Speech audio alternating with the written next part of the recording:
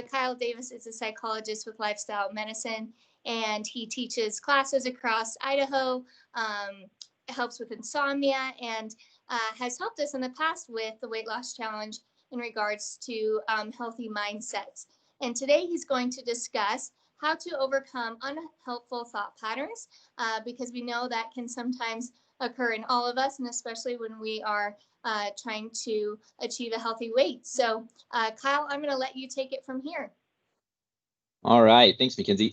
So yeah, just a little more information about myself. So I'm a clinical psychologist and have a PhD, and I really kind of focused my career in health psychology over the last 7 or 8 years. And I run an insomnia clinic here at St. Luke's within the lifestyle medicine department, and then teach a number of other classes related to health behavior change. Specifically, I teach Kyle, Oh, can you hear yes. me? It looks like we have some chats saying they cannot hear you. Rhonda, it says that some people can hear and some people can't. So for those of you who cannot hear, please go ahead and just hop off the meeting and try hopping back on. Lisa, can you hear everything okay on your end? Yes, I can. Sorry, I was muted. Yep, I can. Okay. Yeah. Okay. And for those who can't hear, sometimes dialing in on their phone works as well too. So. Perfect. All right. Thank you. Oh, weird. Yeah. So let's use the chat box really quick. How many people can hear me right now? Let's start there. Okay. I am so confused. It looks like there are 2 meetings going simultaneously, and I'm not sure if I'm in both of them because I'm getting all these notifications popping up that I shouldn't be getting notifications for. Oh, goodness. Yeah, I think somehow there was maybe 2 links, Kyle. And so what I'm wondering is if I should delete the one. Oh, goodness. Let's see here. Okay, now I'm in the right one. I'm seeing all the, okay.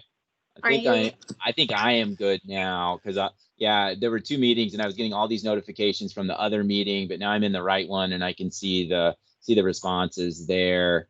So, okay, cool. Well, let me throw up some slides too and just, make sure that y'all can see that. So what I was saying was I was just kind of describing how I spend my time here at St. Luke's. So I run an insomnia clinic and then also teach a bunch of classes related to health behavior change. Specifically, I teach 2 different series, one of which is how to change behaviors. I teach another one on how to change unhelpful thought patterns. You may not be surprised that it's hard to cover that in 15, 20 minutes, and so we spend only 4 hours, over the course of 4 weeks doing that. And then I teach several 1-hour education classes, 2 of which are regarding sleep and one of which is finding enjoyment in physical activity. And I teach another class on emotional eating. So if anybody's interested in learning more about those other classes, we're doing them all virtually. Let us know and we can get you more information about how to sign up for those. So, initially Mackenzie asked me to give a presentation on fear of failure. And she said, we've got a lot of people that feel like their fear of failing the weight loss challenge or, whatever they're trying to change really holds them back. And I said, well, instead of, creating a whole new presentation about something like fear of failure, I really feel like, fear of failure is really just thoughts. You're predicting that things are not going to go well regarding whatever you're trying to do. And I said, well, maybe it would make more sense to talk a little bit about how thoughts influence behaviors and feelings and how, from a cognitive behavioral standpoint or a clinical psychologist like myself would try to help somebody with that, to give people ideas, about how they can potentially work with unhelpful thought patterns. Now, I'm curious. So for the people out there right now, what kinds of thoughts do you feel like get in your way? Like what's popping in your head that you feel like holds you back sometimes?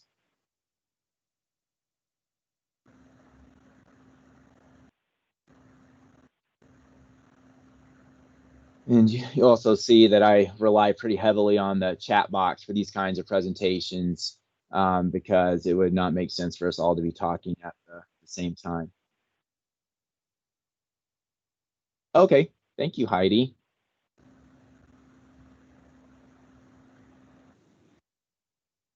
So, like, what will other people think? Now, is that in regards to whether or not you succeed in meeting your goals, or just like individual situations, like I'm going to the gym, what will people think? What will they think if I don't want to eat the cookies that they're offering me, or those kinds of things? Anyone else out there have thoughts holding back? I would be really surprised if you don't have any unhelpful thought patterns, because that is pretty inherent in human nature. So, Polly, I was asking, what kinds of thoughts do you feel like may get in your way of doing the kinds of things that you want to do, or changing different behaviors that are important for you? And I don't know you all well enough to know what you're working on, other than you're in the weight loss challenge. So I'm assuming that you are trying to eat healthier and probably exercise more. Is that a fair statement?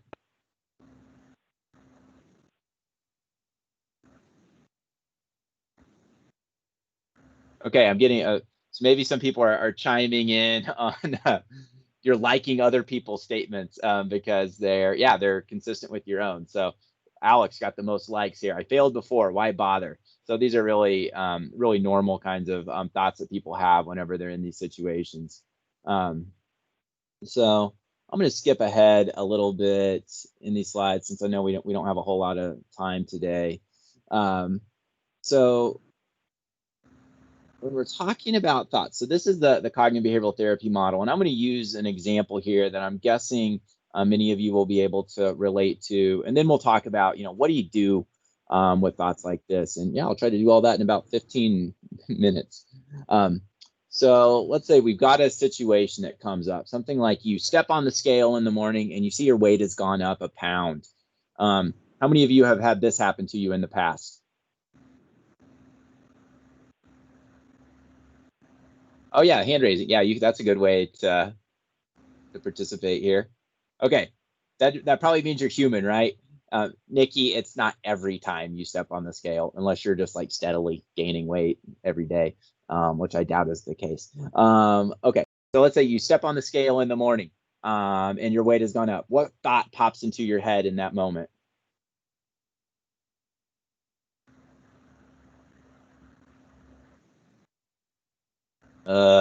This again. I've been working so hard. What did I do wrong? Here we go again. This is a familiar pattern. Um, yeah, so people will typically have two different kinds of thoughts here. One of which sometimes people are like, they start problem solving, troubleshooting. They're like, what did I do? Was it the Mexican food I ate last night? Am I retaining more water? What's influencing my weight right now? And then other people are just kind of saying, oh, here we go again, and the kind of thought that I used in this situation was like, this is pointless. I'll never be able to lose weight. Same old story. I'm trying really hard and the scale's not moving in the direction that I want it to. So if I have a thought like this going through my mind, how do you think that influences my feelings? How do I feel in that moment, whenever I see that number on the scale? Yeah, maybe you feel like a loser, really sad, discouraged.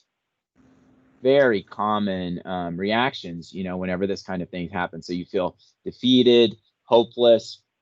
What did I say? I said sad, hopeless. Oh, we've got emojis there. That's really good.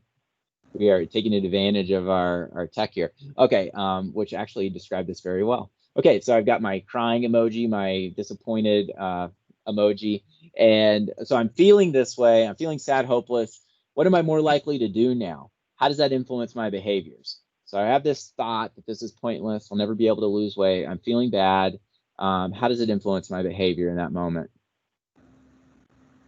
We turn to the thing that gives us comfort that was causing us problems in the first place, right? So lots of people would say, it doesn't matter what I do. I've been trying really hard and it's not working. So I might as well do whatever I want to do, right?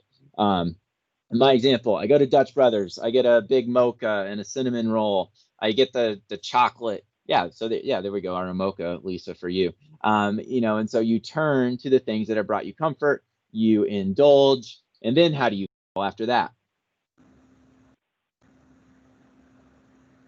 You get this little bit of satisfaction out of that, and then we just repeat the whole cycle over again, right? Yeah, so just like Catherine's saying, you feel a little better, and then you feel way worse after that. And this maintains this whole pattern of vicious behavior. And so we can see that this is obviously a problem, right? Well, what if I said, just cheer up, don't feel that way if that happens? Just it'll be okay. How well does that work? You just try to change your feelings or your emotions in that situation. You have direct control over that. I just, cover myself with happy emojis and cross my fingers and hope for the best. Doesn't really work all that well, does it? We don't have direct control over our emotions. However, we do have some control over how we perceive our thoughts and what we end up doing with our thoughts. And we also have control over our behaviors. So, from a cognitive behavioral therapy standpoint, I don't always have control over the situations. I certainly don't have direct control over my feelings, but I do have some control over my thoughts, or at least in how I'm relating to them, as well as my behaviors. The other thing I want to point out here is, whenever you had a thought like this is pointless, I'll never be able to lose weight, or I feel, I'm defeated, something like that. Did you get to choose that thought when it popped into your head? Did you get to choose from a list of thoughts and say, I think that's a good one for me today? Or did it just show up?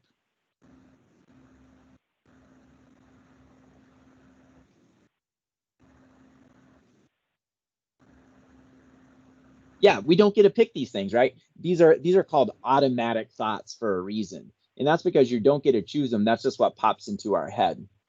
And so, I hear a lot of people, say things like, well, if I could just stop having those thoughts, well, then I would be okay. And I'd say you're wasting your time. There's no point in trying not to have thoughts about things, because you're going to spend all of your energy just trying not to think about something. And that's more exhausting than letting yourself have the thought in the first place. And so what we want to do is change how you relate to your thoughts. I was just talking to Mackenzie and Lisa before the class, and they were telling me that you all are going to be having a mindfulness challenge coming up as part of the weight loss challenge. And so that is one way that people can start changing their relationships to their thoughts. Essentially, what I try to help people understand is your thoughts are not facts. And just because you have a thought doesn't make it true. But we tend to treat our thoughts like they are true. So in this situation, I have the thought, this is pointless, I'll never be able to lose weight. And I believe that. And guess what? It affects my feelings and it affects my behaviors. So what I want to do is start intervening at this level of thoughts. And if I can think something differently or challenge this thought, then that can allow me if I can change the thought, it's going to have an influence on my feelings and behaviors. And that's really where the power comes in cognitive restructuring and working with unhelpful thought patterns. So, Mackenzie, can you let me know, do I just have 5 more minutes, or can we push on a little bit longer? You can keep going. If we go a little over 12:30, that's just fine, Kyle. Okay. We are recording, so they can watch the end of it if they need to hop off later. Okay, great. Yeah, because I don't want to sell this too short. So I wanted to point out that there are really common thought patterns that people fall into.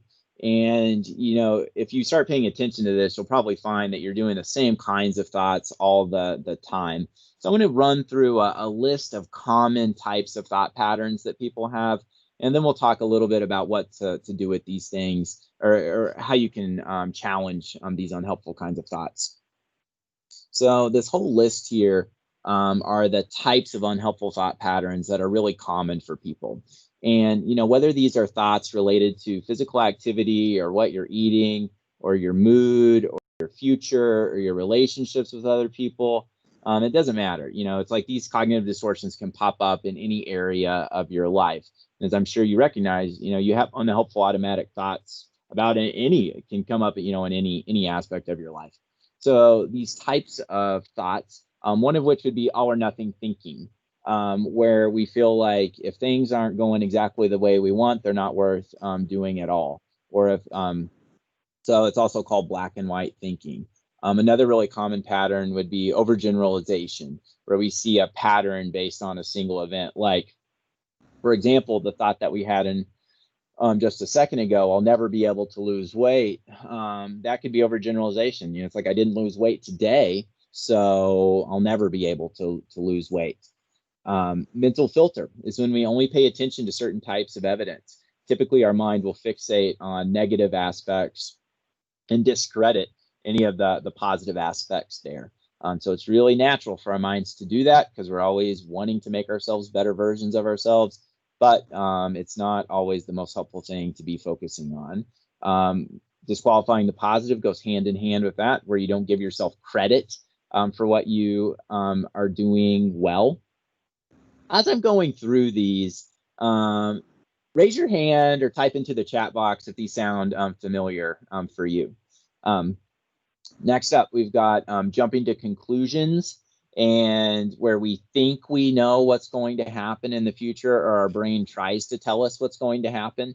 And this can come in different forms. It may be mind reading, where you think you know what other people are thinking, or your brain is trying to tell you what other people are thinking, whether or not that's true or not. Or fortune telling, where you're predicting different things are going to happen. Like, this new diet's not going to work out. That's never worked before. That would be fortune telling. You don't know if it's going to work out this time.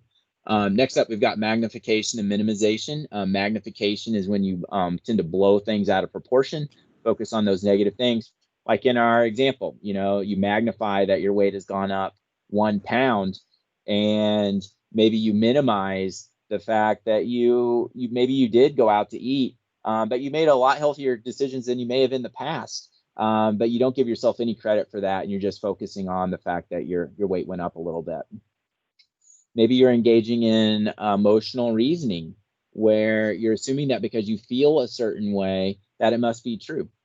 So a few people earlier, when I was asking for these kinds of thoughts, you said loser, and so you have that thought go through your head. If you're calling yourself a loser, well, you're going to think of yourself as a loser, and it's probably not the kind of thing that's going to help you be more successful in the long run, even though many of us have a tendency to want to beat ourselves up to try to inspire better behavior in the future. And that is just exhausting cycle to be caught in. People also engage in what we call should statements. Should have done this, I should have done that. Anytime you're saying should, there's an implied sense of guilt there. Like, how many of you said, I should have exercised yesterday, but I didn't? And then when you say that, you feel a little guilty. Yeah, that would be one that comes up for me all the time. And then, our last one here, personalization. Taking responsibility for things outside of your control. So number of you are raising your hands, commenting on these things. So we know that they're really common, right? And I think it's really important for people to know there's nothing wrong with you if your mind is doing this. This is how our minds tend to operate anyways. It's just normal kinds of thinking. However, if you are more stressed, if you are experiencing more symptoms of depression or anxiety, you're likely to have more distorted thoughts than maybe you would at other times, or they're more pervasive, or you can't, they just come at you faster than maybe they would at other times. So we've established that thoughts are a pattern, right? Thoughts are patterns, they're predictable, and they cause us lots of trouble. So what do we want to do about it? We want to start paying attention to the thoughts that we're having that are unhelpful. And a really simple thing that you can do is you can try to pay attention to when your mood shifts. Like I started feeling down or feeling frustrated. What thought was going through my head in that situation? And the question to ask yourself is this thought helpful or is it harmful to me and what I'm trying to accomplish? And you simply ask yourself that. And if the thought is harmful, as is, in all the examples y'all were giving me earlier, I would consider all of those probably harmful thoughts. They're not helping you out any. You could also call them helpful or unhelpful. That would be a great way to think about it too. But if you're identifying them as unhelpful or harmful, we want to start evaluating how true they are. And the simplest thing that I can leave you all with today to apply to these thoughts is ask yourself, let's say my friend, my child, my parent, somebody else, that's you're very close to was in the same situation as you. They stepped on the scale in the morning and they saw their weight go up 1 pound and they were feeling really frustrated. What would you tell your friend in that moment? What would you tell your kid if they were feeling really frustrated in that situation? What do you all think? Let's go back to that one. They step on the scale, and they tell you, man, I just feel like giving up. I've been working really hard, but my weight's not going the way I want. What would you tell them? And look at this. It's an opportunity to do better tomorrow. Keep up the hard work. Remember, your weight fluctuates. There are all sorts of different factors that influence your weight. Anyone else?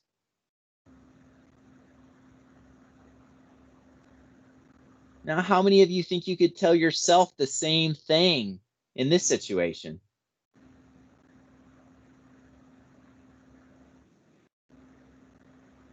Well, yeah, Alex, so you mean it.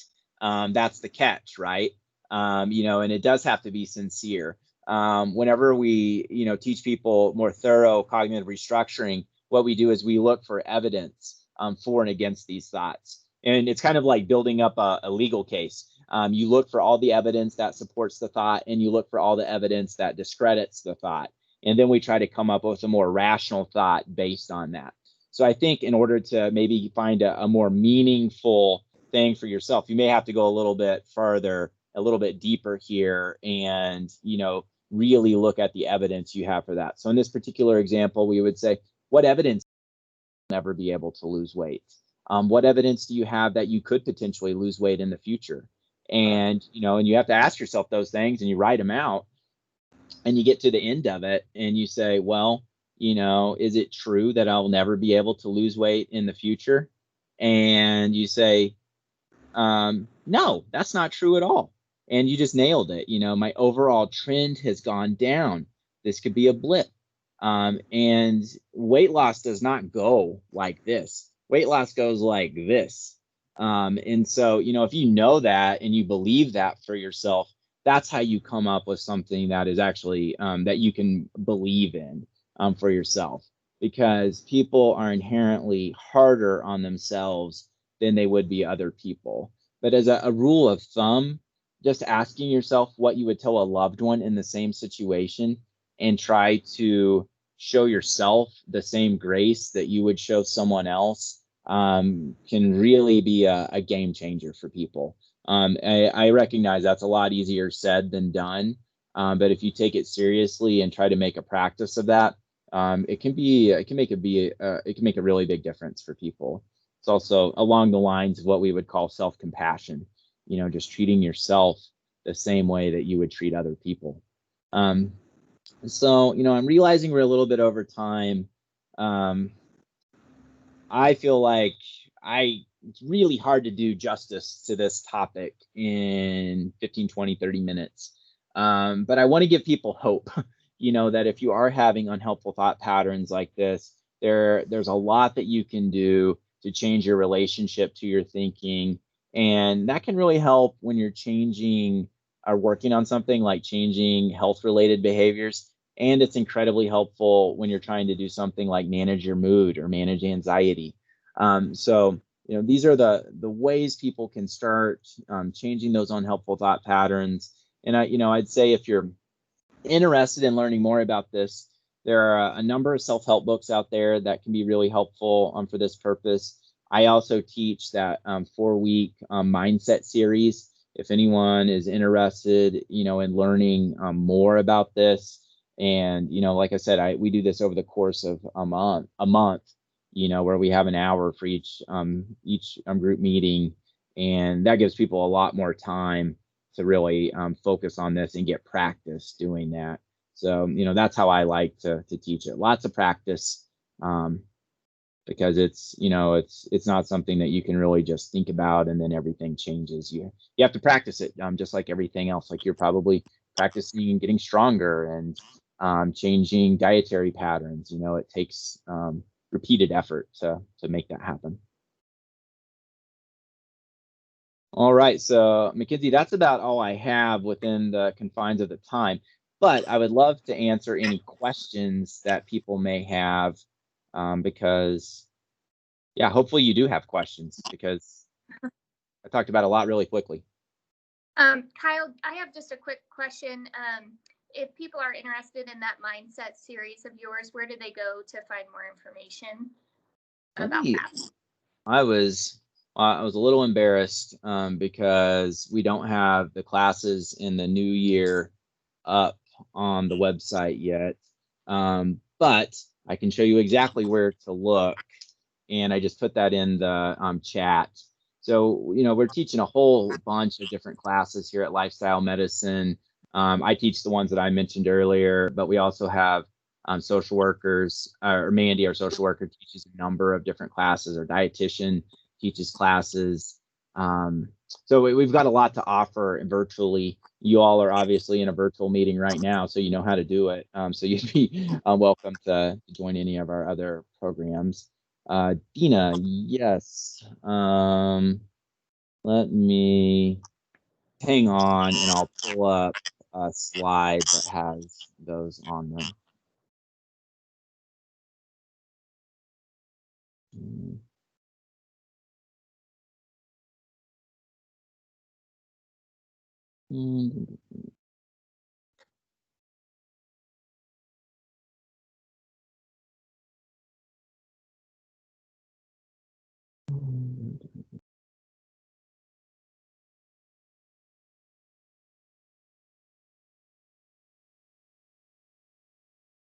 All right, I just found it.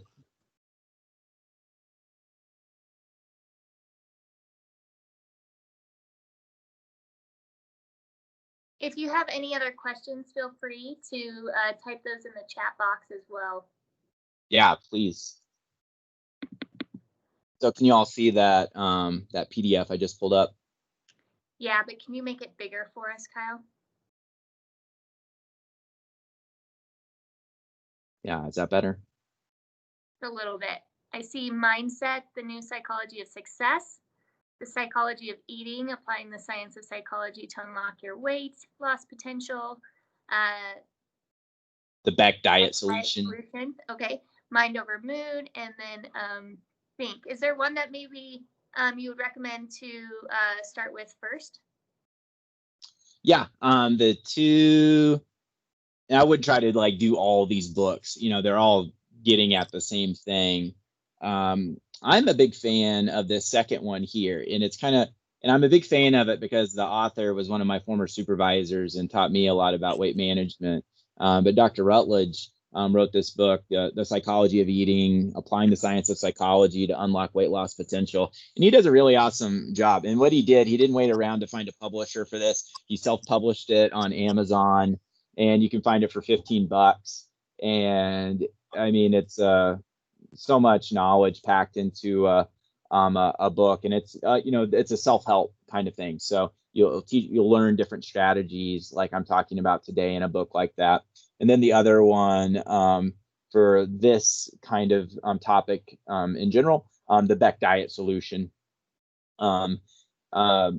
It's written by the daughter of Aaron Beck, who was the originator of cognitive therapy. So it's like very much in line with cognitive behavioral therapy, which we know is very effective for helping people with these kinds of issues. Okay. Thanks. Yeah.